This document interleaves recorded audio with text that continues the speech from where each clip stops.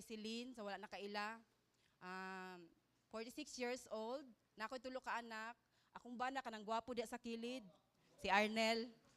And connected day ko sa isa ka real estate diri sa Davao. And atong topic karon is about kaning name badge or prophetic name. But before that, mag-pray sa ata. Heavenly Father, Lord God, salamat kaayo Lord aning opportunity Lord nga maka-speak diri Lord God. Thank you Lord God for what you have done yesterday, today ug hantod ugma Ginoo. Salamat kaayo Lord. Help us Lord na ma-understand namo talan Lord and ma-apply namo sa mong kinabuhi ang tanang pulong na among madawat Lord. Holy Spirit be with us in Jesus name. Amen. Okay, so prophetic name or name badge. So prophetic name nani siya prophetic name, two names in one soul. So, meaning, spiritual name nato. So, natay ihatag karon nga mga bag-o nato nga name. Pero dili ni siya ibig sabihin nga gitagaan ta og bag-o na name, ingon mo na, ay, dili man ni ako. Pero ikaw jud na. Amen? So, kana karon tagaan mo sa inyong mga guides, kana nga mga name is gipray gyud na siya, mao nay gilid sa Holy Spirit. Mao na siya ang gi-reveal nga kamo jud na. Okay, so moon jud nato na siya nga inspiration. Kay mo na interpretation nga gi-describe sa inyo nga it will happen later. Okay? Okay, so karon mag-groupings ta.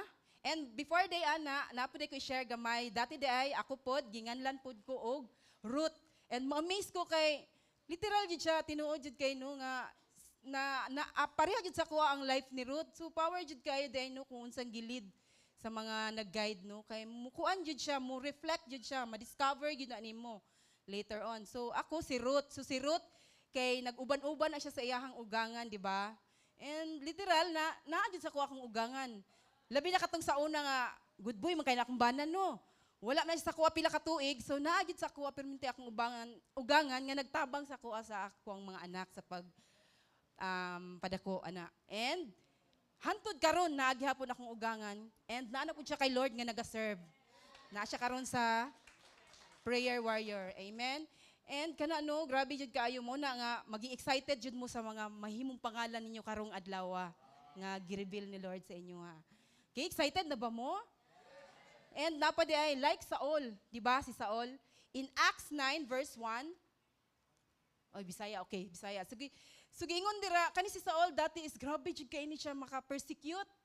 Ginahulga niya ang mga believer ni Lord nga kanang tanan nga magtotoo kay Lord nga iyang hulgaon nga patyo niya pag once nga mabawan niya nga mutuo ka diha kay Lord kay grabe man ni kay siya ka ingani ni siya ka kuan sa iyang pagtuo sa una nga mali ba. Ingana siya ka bold ba nga nituo siya sa mali niya nga tinuohan pero ana siya dira sa chapter 13, Acts 13 verse 9, katong naa na sa iya, napuno na siya sa balang espiritu, ingana na po siya ka bold mo share sa iyahang life, nga mahimaya si Lord ba, nga kung giunsa gyud siya. So karon, muna na siya si Paul. Nahimo na siyang Paul, puno naman siya sa balang espiritu, so ingana na po siya ka bold mo share kung giunsa siya ni Lord. And na-bless man siya, so naging blessing na po siya sa uban. So, excited na ba mo sa inyong mahimong pangalan karon? Okay, sige, natay mga ipanghatag karon sa atong guide. And mo na inyo ang bago nga pangalan. I-discover lang na inyo, ma-amaze ra jud mo nga kamo jud na. Okay? Amen. Sige, salamat ug kadto lang.